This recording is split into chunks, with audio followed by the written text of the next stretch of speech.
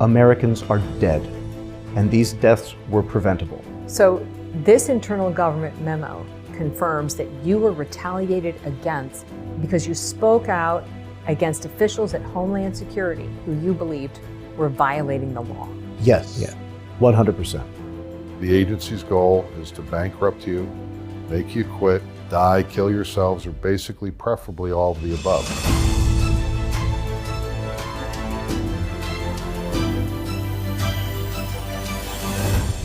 This law is on the books. Yes.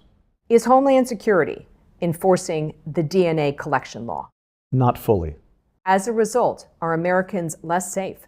Yes. No question in your mind. Not at all. None. No. Our team sat down with 3 government whistleblowers with 7 decades of law enforcement experience. They work at Customs and Border Protection, or CBP, a division of Homeland Security. This internal government memo confirms that you were retaliated against because you spoke out against officials at Homeland Security who you believed were violating the law. Yes. 100%. The agency's intentional decade-long failure to implement a law designed to protect public safety. That's its conclusion. Customs and Border Protection is in violation of the federal law, and it's done knowingly. Yes. This internal Homeland Security directive, marked law enforcement sensitive, lays out the law. The border agency is required to collect DNA samples from non-United States persons in detention for immigration violations. Known as the DNA Fingerprint Act, it passed in 2005 with bipartisan support. So there's no ambiguity. The language is clear. It lays it out as a roadmap. Have you ever seen a directive like this be ignored? Never. No. Okay, a lot of people are going to be confused. Homeland Security's job is to uphold the law and to keep Americans safe. But what you're alleging is that Homeland Security is not complying with the law. That's correct. Since 2021, under the Biden-Harris administration, Homeland Security's own data reports more than 10 million border encounters. The internal mood is it's a dumpster fire. It is a questioning of our mission versus what is actually being executed in the field. Joan showed us what's supposed to happen in the field when DNA is collected from individuals detained and processed on immigration violations. So, Catherine, this is the kit that's provided by the FBI to the Customs and Border Protection officers and agents. Place it inside your cheek, Okay. Rub inside your cheek 3 times. 3 times, yeah. You're collecting saliva and skin cells or epithelial cells. Okay. I would then take it back from you, close it, place it inside the white envelope, which then gets sent to the FBI laboratory for processing.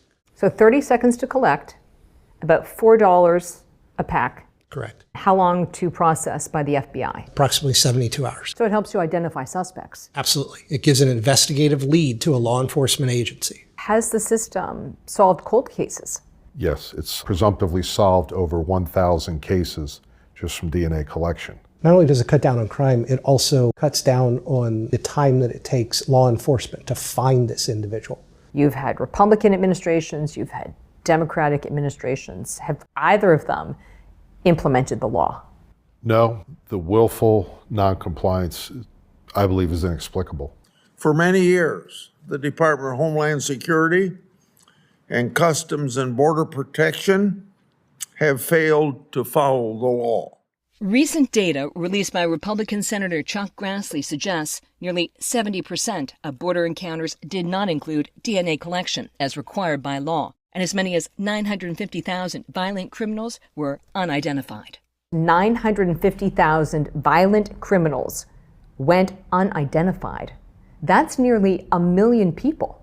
That estimate was from 2010 through 2019.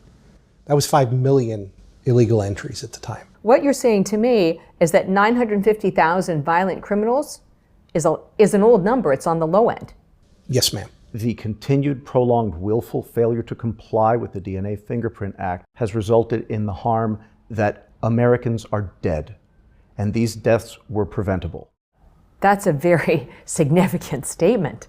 I believe that to be statistically verifiable. The August 2023 sexual assault and murder of a 37-year-old mother of 5 in Bel Air, Maryland, haunts the whistleblowers. Are you alleging that Homeland Security's failure to comply with the DNA collection law may have been a contributing factor in Rachel Morin's death?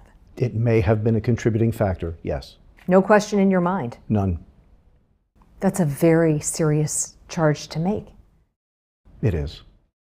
Now charged with Rachel Morin's murder is 23-year-old Victor Antonio Martinez Hernandez from El Salvador. An alleged gang member, authorities claim he murdered another woman before fleeing to the U.S. in February 2023. Based on our reporting, the suspect didn't just have one encounter with border agents, he had multiple encounters. So there were multiple opportunities to take his DNA. We understand we had 3 bites at the apple with this subject and never took it. It's going to be hard for the family to hear that there was an opportunity to identify the suspect and stop him if federal law had been followed. Absolutely. Had the subject had DNA taken the first time they were encountered, there would have been an instant possibility that any future criminal activity would have been stopped immediately, and there was definite potential for the individual to be apprehended. 6 months before Rachel Morin's murder, the suspect was linked to a brutal home invasion in Los Angeles. I think if due diligence was exercised and we comply with the law, DNA was collected, we would have known who we were looking for on behalf of the little girl and the young lady out in Los Angeles, and hopefully have interdicted him long before he got to Maryland. Did Homeland Security fail Rachel Morin? In the context of not collecting the DNA that is mandated by law, they did not do it, and there's no other answer. Even independent government investigators admitted in this May 2023 letter that border agencies do not systematically record data on the reasons for the non-collections. What's the consequence for the American public? We know for a fact that not every individual who crosses the border illegally into the United States goes on to commit violent acts. But given the number, even a very small percentage results in a definite increase in crime within the United States. Does Homeland Security owe the victims an apology? Does Customs and Border Protection owe the victims an apology?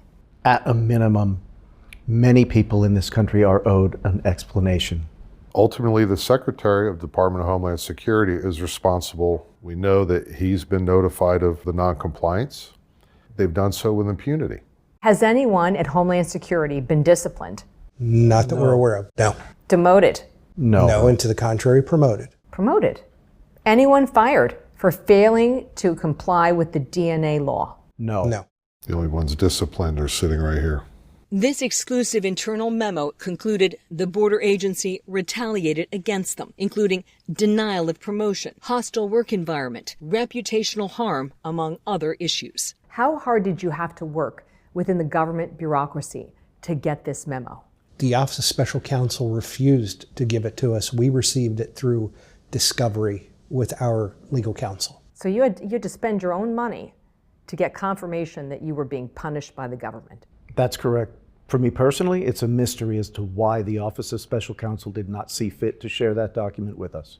I've had my law enforcement credentials, a firearm taken away from me. I've had my law enforcement retirement taken away from me. And we will tell you this, in a law enforcement environment, publicly removing someone's firearm is the ultimate insult and degradation. I was basically iced, left to sit at my desk every day, do nothing but the most menial tasks. My future career options, because I was working in such a limited sphere, all that future potential vanished in a day. I was demoted 3 levels.